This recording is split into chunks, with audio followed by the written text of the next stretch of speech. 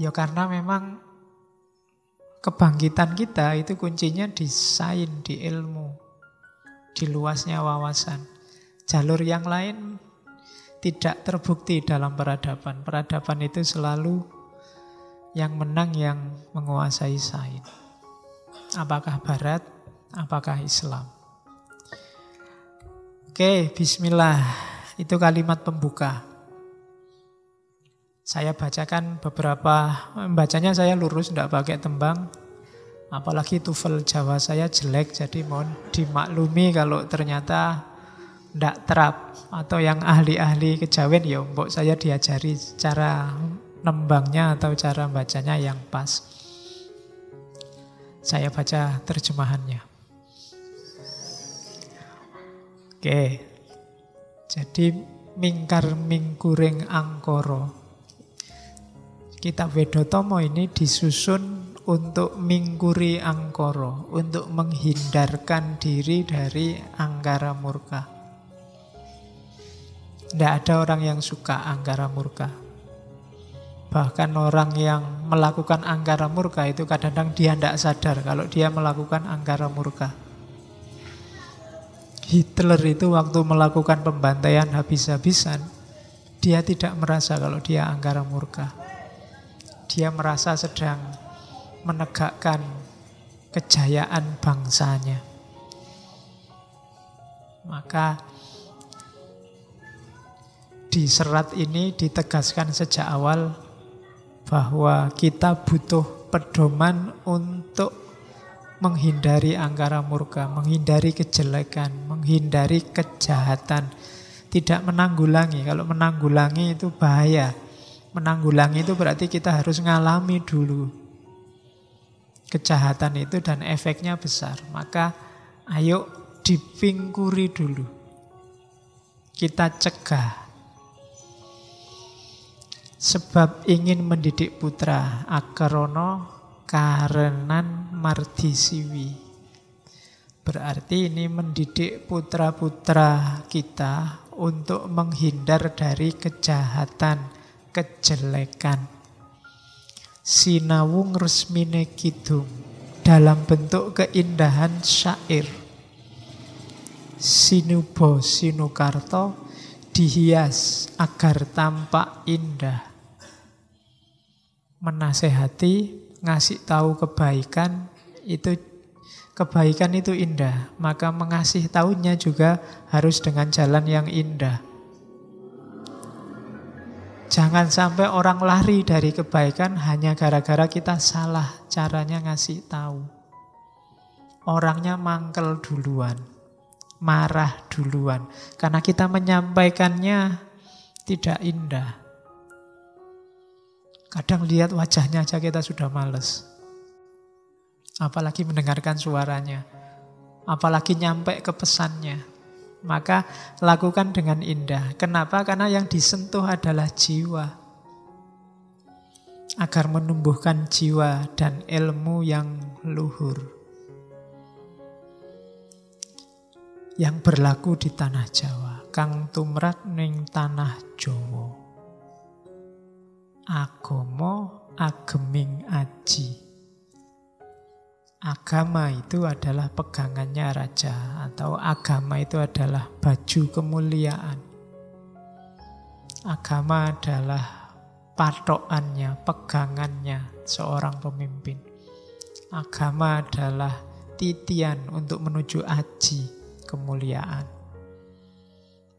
Jadi kalimat-kalimat pembuka itu menunjukkan yang pertama, kitab ini menghindari angkara murka, untuk mendidik anak-anak dalam bentuk syair agar jiwanya tersentuh sehingga melahirkan ilmu yang luhur bermanfaat untuk tanah Jawa dan berpedoman pada agama.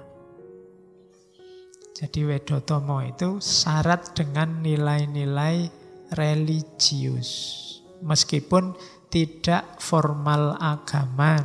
Kalau kamu cari ayat sama hadisnya tidak ketemu.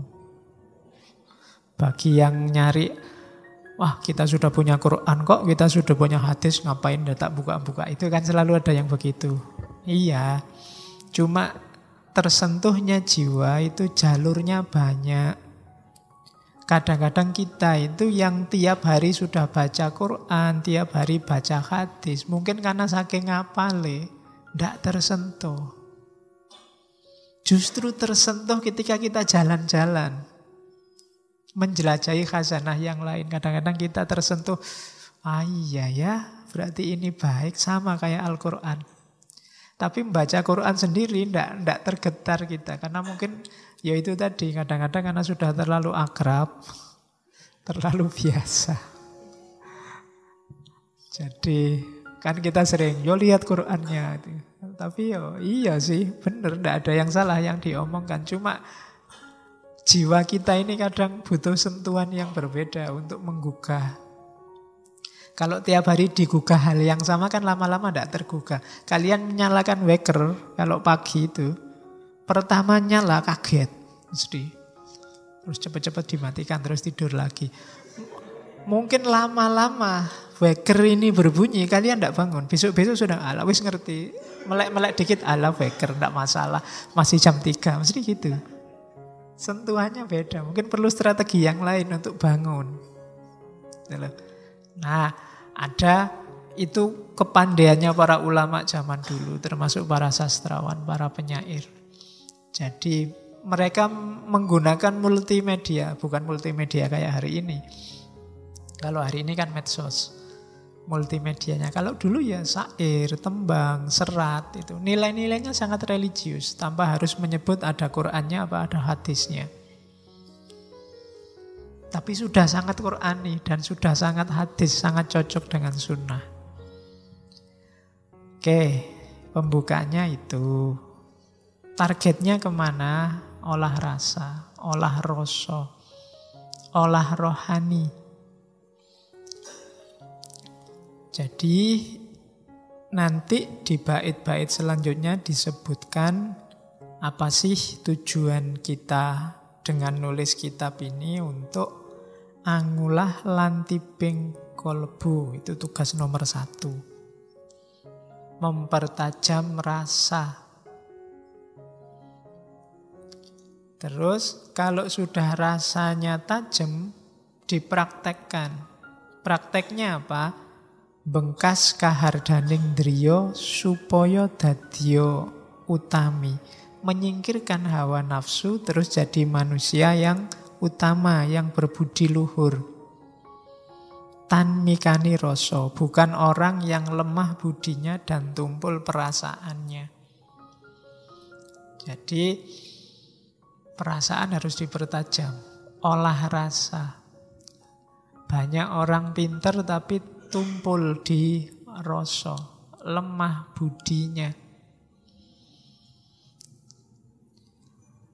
Kemudian karena itu, jadi kalau orang sudah perasaannya tajam, bisa menyingkirkan hawa nafsu, kemudian rasanya tidak tumpul lagi, maka hidupnya jadi indah. Cirinya apa? Wus sengsem reh ngasamun. Terpesona kehidupan rohani. Nah, ini coba dicek kita sendiri ya, mana yang lebih menarik bagimu? Kejayaan lahiriah atau ketentraman rohani, kebahagiaan rohani? Itu tinggal milih. Kalau kamu kesengsem kehidupan rohani, berarti kamu on the right track. Kesengsem kehidupan rohani itu bukan berarti kehidupan jasmaninya mbok cuekin, enggak. Tapi apapun yang kamu miliki diarahkan untuk ketentraman batin, kehidupan rohania. Kalau kamu sudah masuk ke batin, masuk ke dalam, di sana kamu akan ketemu hakikatnya hidup. Tapi kalau kamu tidak kesengsem dengan yang rohani, gerakanmu mesti keluar. Dan kalau kamu bergerak keluar, kamu mesti yang kamu kejar materi.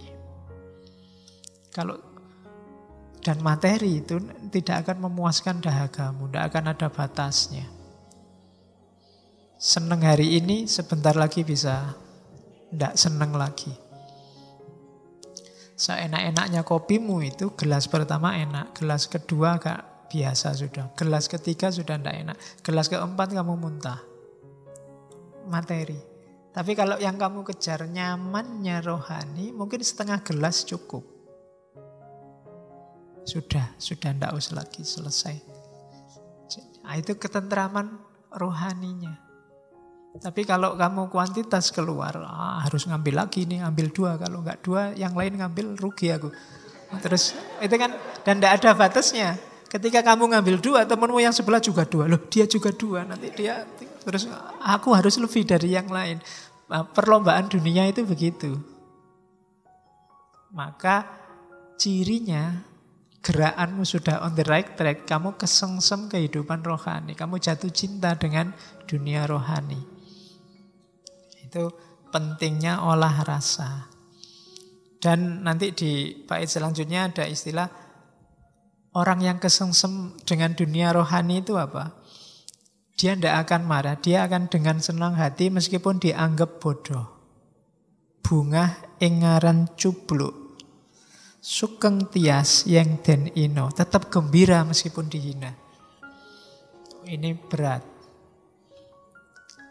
Orang yang mengalami kebahagiaan rohani itu dianggap bodoh juga senang-senang aja. Dihina juga gembira-gembira saja. Oh, itu susah. Jangankan dihina, kamu dikomentari agak nyinyir dikit aja kan marahmu luar biasa.